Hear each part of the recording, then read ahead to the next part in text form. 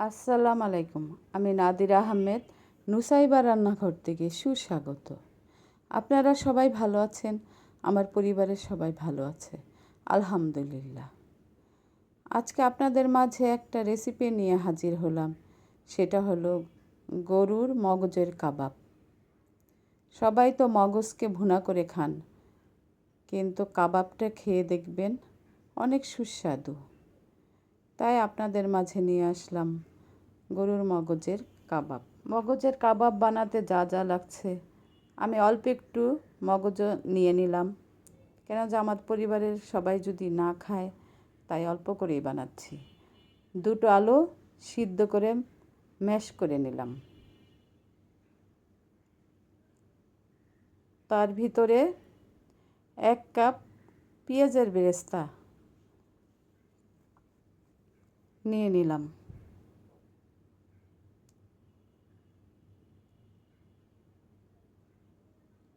1 চা চামচ গরম মশলার গুঁড়া, চিলি ফ্লেক্স 1 টেবিল চামচ, 1/4 চামচ সাদা গোলমরিচ গুঁড়া, লবণ 1 চা চামচ বা স্বাদ মতো, জিরার গুঁড়া 2 চা চামচ, ধনিয়া গুঁড়া 2 চা চামচ,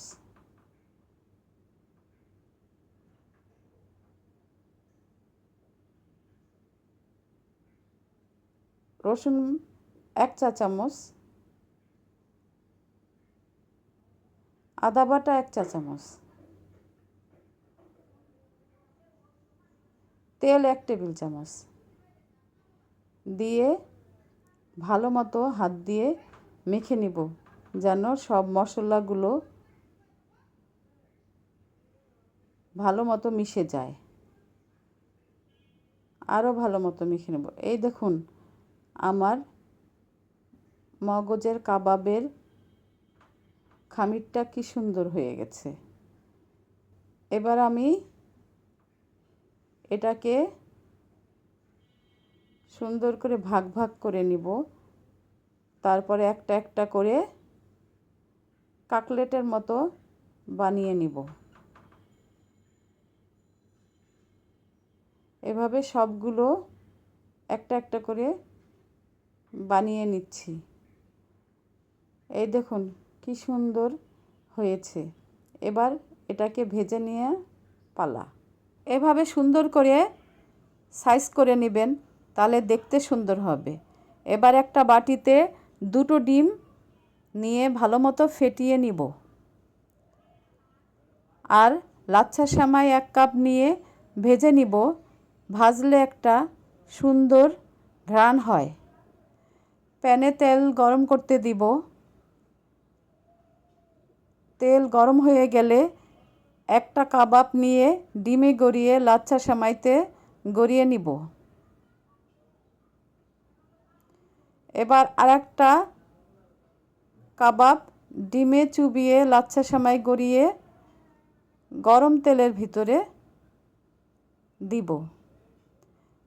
এভাবে করে আমি সবগুলো কাবাব ডিমে এবং লাচ্ছা সেমাইতে গড়িয়ে গরম তেলে ভাজতে দিয়ে দেব। এই দেখুন এক পিঠ কি সুন্দর কালার এসেছে, বাদামি কালার।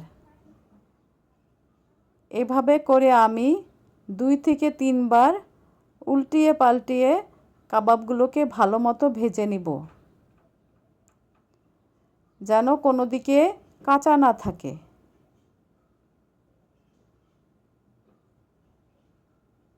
এই দেখুন কত সুন্দর কালার হয়েছে এবং দেখতেও অনেক সুন্দর লাগছে।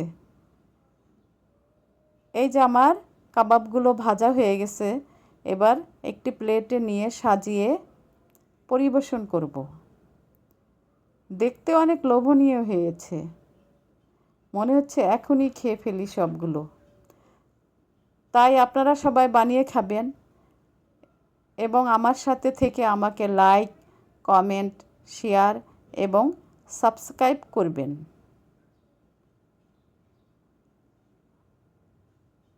এই দেখুন আপনাদেরকে আমি একটা ভেঙে দেখাচ্ছি, ভিতরে কি সুন্দর জুসি হয়েছে। কাবাবগুলো দেখতে অনেক সুন্দর হয়েছে।